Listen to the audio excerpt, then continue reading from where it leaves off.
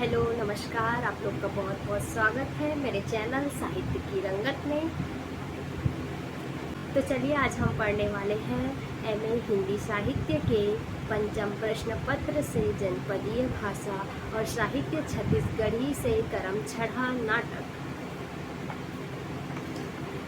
तो करमछड़ा नाटक जो हम पढ़ने वाले हैं, मैं आपको विस्तार से समझाती हूँ। उसका सारांश क्या है, उसकी समीक्षा हम जो है आज देखेंगे और उसमें बहुत सारे प्रश्न आपके एग्जाम में आएंगे, जैसे कि नाट्य तत्वों के आधार पर करमछड़ा की विवेचना और करमछड़ा नाटक की तात्विक समीक्षा, करमछड़ा नाटक के उद्देश्य पर प्रकाश डालिए और नाटकीय तत्वों के आधार पर करमछड़ा नाटक।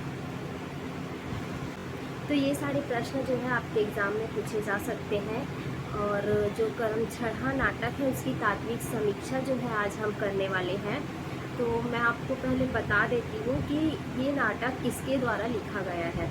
तो छत्तीसगढ़ी साहित्य के मूर्धन्य साहित्यकार डॉक्टर खूबचंद बघेल का करमछड़ा बहुचर्चित लोकप्रिय नाटक है।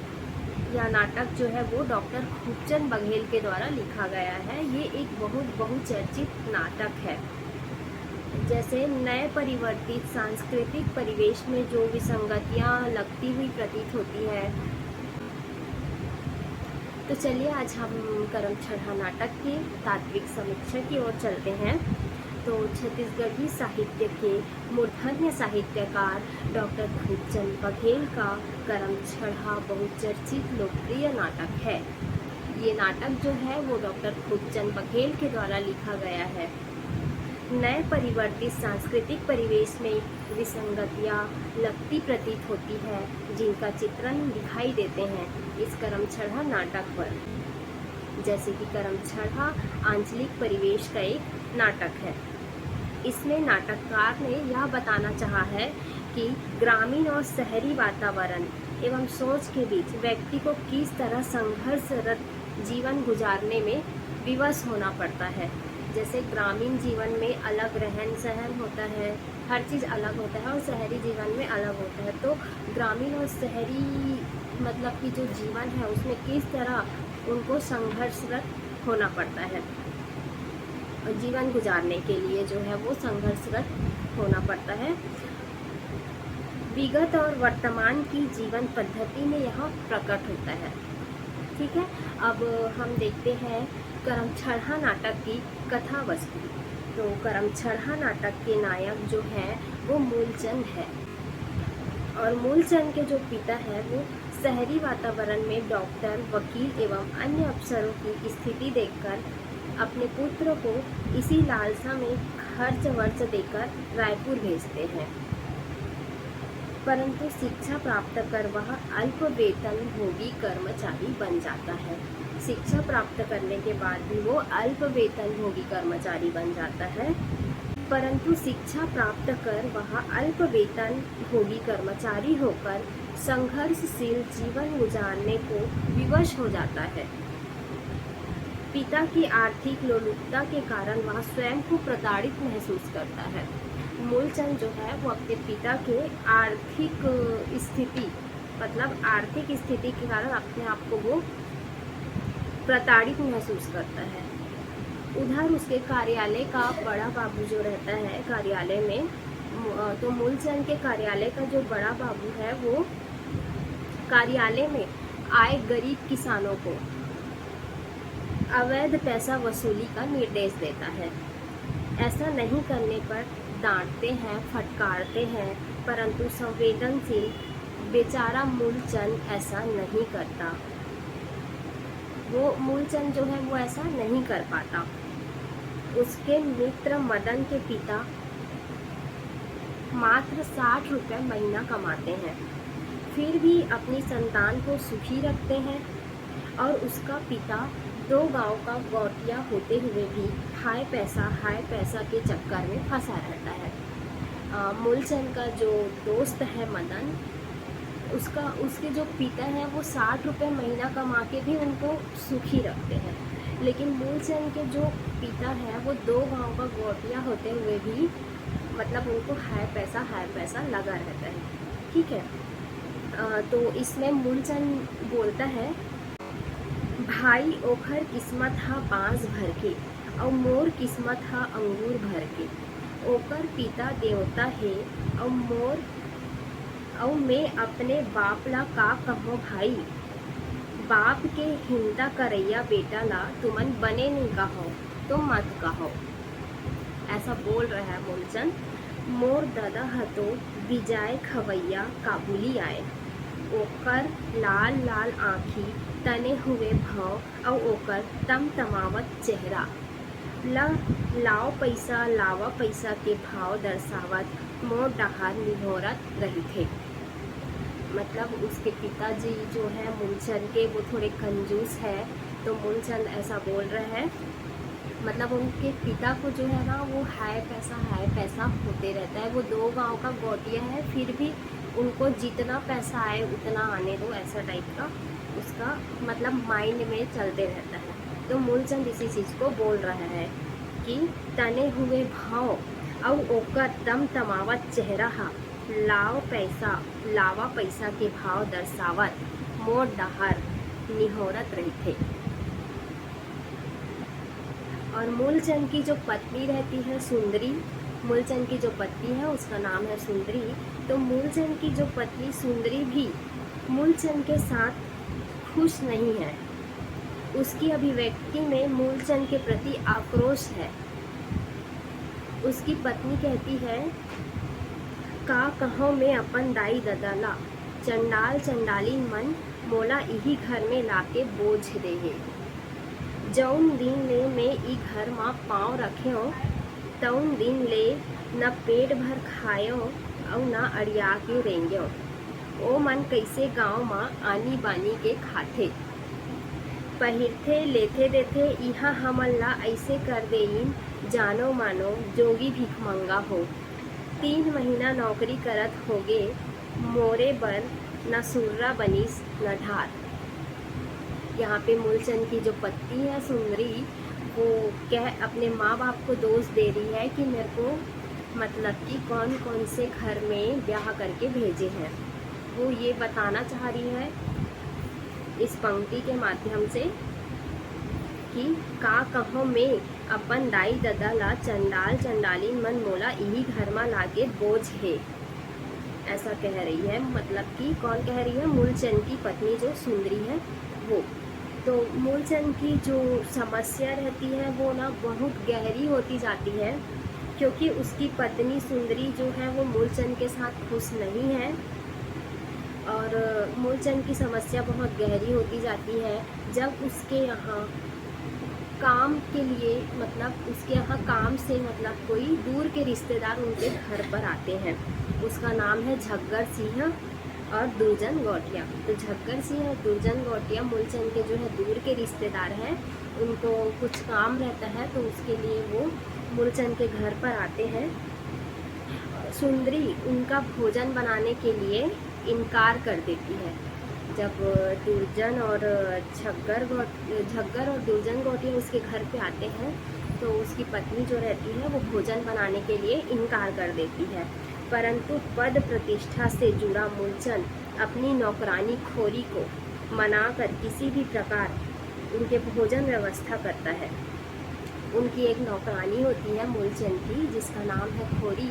वो उनको मनाकर मतलब उसके यहाँ आए मेहमानों के लिए भोजन बनाने के लिए उनको मतलब कि बोलते हैं मूलचंद खोरी को। तो खोरी मतलब मान जाती है, फिर उसके भोजन का व्यवस्था करते हैं। इतना ही नहीं, आगंतुक गौटिया के चक्कर में वह बाजार से 15 रुपए का सामान भी ले आता है। वो जो रहता है मूलचंद वो उसके घर में आए हुए मेहमानों के लिए 15 रुपए का बाजार से सामान लेकर आता है। इसके बाद जब यहाँ उसकी सास और साला आते हैं, उसके बाद मूलचंद के यहाँ और कौन आ जाते हैं? उसके सास और उसके साला। तो उसे पत्नी के दबाव में 100 रुपये भी सेठ से उधार दिलाने पड़ते हैं। तो सुंदरी जो है उसकी पत्नी मूलचंद की, उसके दबाव में मूलचंद आता है। जब उसकी सास और उसके साला आते हैं तो वो अपने सेठ से 100 रुपये का जो है उधार लेता है। इसका परिणाम यह होता है कि ब्याज के साथ रकम वसूली भी नोटिस कार्यालय तक पहुंच जाता है। जब वो जो वो रहता है अपने मतलब 100 रुपये का उधार जब वो लेता है, जब उसकी सास और उसके साला आए रहते हैं तो उसका रकम वसूली का भी नोटिस जो रहता है ना, वो कार्यालय तक पहुंच जाता है मूलचंद के, और कार्यालयीन पदाधिकारी के द्वारा उसके वेतन से राशि वसूल करने तथा ऐसी हरकत करने पर नौकरी से निकाल देने का आदेश थमा दिया जाता है। अब मूलचंद को आदेश भी आ गया उनको नौकरी से निकालने का। चरम स्थिति पर पहुँचे इन संकटों से मूलचंद हतप्रभ रह जाता है। यह अपनी किस्मत पर आंसू बहाता है। मूलचंद हताश हो जाता है और अपनी किस्मत पर आंसू बहाता है, और अपनी किस्मत पर आंसू बहाते हुए मूलचंद कहता है, हाय ये मोर दुर्दशा है भगवान, मैं काकरो का बिगाड़े रहो। मूलचंद कहता है, हाय ये मोर दुर्दशा है भगवान, मैं काकरो का बिगाड़े रहो। मूलचंद विभिन्न प्रकार से गाना गाकर अपनी स्थिति का बखान करता है, जिसका उदाहरण यहाँ पे द्रष्टव्य है। मैं आपको सुनाती हूँ। मूलचंद जो रहता है ना, वो गाना गा के ना अपनी स्थिति का बखान करता है। दीन दयाल दया करके भव सागर से पार करो, मुझको नीर अपार, न वीर दिखे किस धीर धरूं अपने मन को। मूलचंद की इन विषम समस्याओं के जाल से उबरने के लिए तिवारी जो एक विद्वान वकील है, एक तिवारी है जो विद्वान वकील है, उसे ढाढ़स बंधाते हैं। तिवारी जी उससे कहते हैं, तिवारी जी जो रहते हैं वो मूलचंद के इस विषम परिस्थितियों को उबारने के लिए कहते हैं, तुम्हारे पिता के संस्कार बहुत नीचे दर्जे के हैं, अतः पिता के लिए मासिक खर्च भेजना जरूरी नहीं है। तुम्हारे सौतेले भाई तो उनका सिर फोड़ देंगे। यदि तुम्हारे अपने खर्च से यदि बच जाए तो जरूर भेज दो। तुम्हें पढ़ाना पिता का कर्तव्य था, इसलिए पढ़ाया। मतलब जो वकील है तिवारी जी, वो इनको बोल रहे हैं मूलचंद को कि तुम्हारे पिता के संस्कार जो है वो बहुत नीचे दर्जे के हैं। मतलब वो ये बोल रहे हैं कि मासिक खर्च भेजना ज़रूरी नहीं है, क्योंकि हर पिता का कर्तव्य रहता है कि अपने बच्चे को पढ़ाना लिखाना, और जैसे उसका मासिक आय जो है वो कम है, तो अपने ही फैमिली के लिए जो रहता है उसका मासिक आय अपने ही परिवार के लिए नहीं हो पा रहा है, तो उसके पिता तक वो मासिक आय भेजना ज़रूरी नहीं है। ये चीज़ कौन बोल रहा है? वकील बोल रहा है, तिवारी जी बोल रहे हैं, मतलब जो एक वकील है। दूर के नातेदारों से नम्रता पूर्वक कह दो कि रायपुर जैसे बड़े शहर में खर्च बहुत ज़्यादा है, जितना बने उनकी उतनी सेवा करो। रुपया पैसा लेन देन से साफ इनकार कर दो। पहले का बुरा होना अच्छा, बाद की दुश्मनी अच्छी नहीं। जिन लोगों ने तुम्हारे ऊपर रुपया देह छोड़ दिया है, उनके विरुद्ध तो तुम्हारा केस मैं मुफ्त में लड़ूंगा। ये चीज़ कौन बोल रहा है? वकील बोल रहा है, तिवारी जी बोल रहे हैं उनको कि दूर के नातेदारों से नम्रता पूर्वक कह दो कि रायपुर जैसे जो बड़े शहर है, वो मूलचंद जो है रायपुर जैसे बड़े शहर में रहते थे, और वहाँ का जो खर्चा है वो मतलब उसकी मासिक आय से कई ज़्यादा अधिक था। एक नाटक तैयार करो जिसमें अपना दुख दर्द सुनाओ। तुम्हारी लाचारी तुम्हारी जाति के लोगों को समझ में आ जाएगी, और तुम्हारे यहाँ आकर वे अड़चन नहीं डालेंगे। मतलब वो बोल रहे हैं, तिवारी जी बोल रहे हैं वकील, कि एक नाटक तैयार करो, तुम्हारी लाचारी तुम्हारी जाति के लोगों को समझ में आ जाएगी, वो तुम्हारे यहाँ आके अड़चन नहीं डालेंगे। वे लोग जब आएंगे तो गांव में पैदा होने वाली चीज़ें, दाल चावल घी गुड़ तेल साग सब्जी मूंगफली दातून आदि साथ लेते आवेंगे, तो तुम्हारा पहाड़ जैसा बोझ हल्का हो जाएगा। मतलब कि तिवारी जी बोल रहे हैं कि जैसे मेहमान आपके घर में आएंगे तो ये सब सामान अगर वो लेके आएंगे तो तुम्हारा जो बोझ रहेगा वो थोड़ा हल्का हो जाएगा।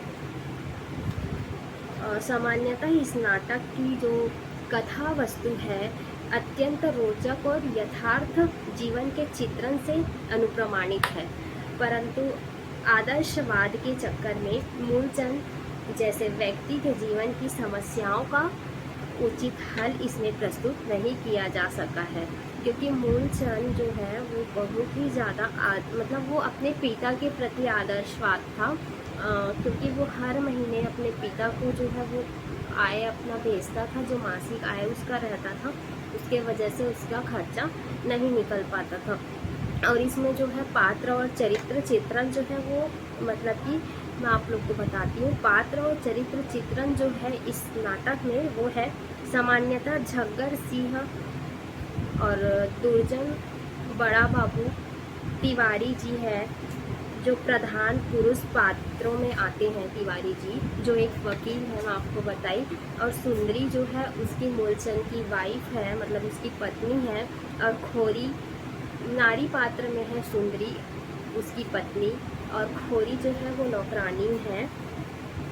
और अपनी भूमिका जो है ये मनोवैज्ञानिकता के साथ निभाती है।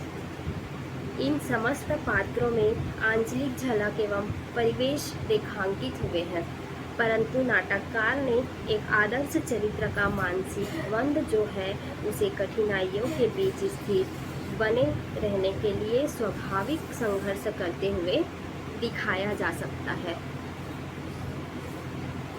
अंत में तिवारी जी द्वारा उपदेश दिलवाकर नाटककार ने उसे और निरस कर दिया गया। तिवारी जी द्वारा जो अभी अंत में उपदेश दिलवाया है उसमें मतलब जो नाटककार हैं खूबचंद बघेल जी, वो मतलब उनसे उपदेश दिलवाकर अंत में जो मतलब नाटक के अंत में ना निरस कर दिया गया है। और इसमें करमचढ़ा नाटक जो है उसमें आप लोग देख लिए, कथा वस्तु देख लिए, पात्र और चरित्र चित्रण देख लिए, और इसमें आएगा रस आएगा। जैसे सामान्य दृष्टि से करमचढ़ा नाटक की कथा वस्तु जो है वो नायक मूलचंद की संघर्षमय अभिव्यक्ति के कारण करुण रस की घोतक है, लेकिन उसकी कर्मठता में निर्जीवता होने के कारण एक सीमा तक दर्शकों की सहानुभूति भी देती है। और जैसे कि इसमें है अन्य तत्व जो है, इसमें पाश्चात्य दृष्टि से वर्णित संवाद तत्व की भी इस नाटक में कुशल योजना प्रकट हुई है। मूलचंद और सुंदरी और खोरी विभिन्न आगंतुक और मूलचंद भेड़ाघर और मूलचंद आदि के साथ शाभिप्राय और संतुलित संवाद योजना के कारण नाटक में रसोद्रेक अवश्य हुआ है, और इसके कारण इस नाटक को प्रशंसा भी प्राप्त हुई है। तो जो करमचढ़ा नाटक है वो उसकी समीक्षा, तात्विक समीक्षा जो है हम आज किए हैं। आगे आपको और वीडियो चाहिए किसी भी टॉपिक में तो आप कमेंट में बताइए, और मेरे चैनल साहित्य की रंगत को लाइक शेयर एंड सब्सक्राइब कीजिए। धन्यवाद।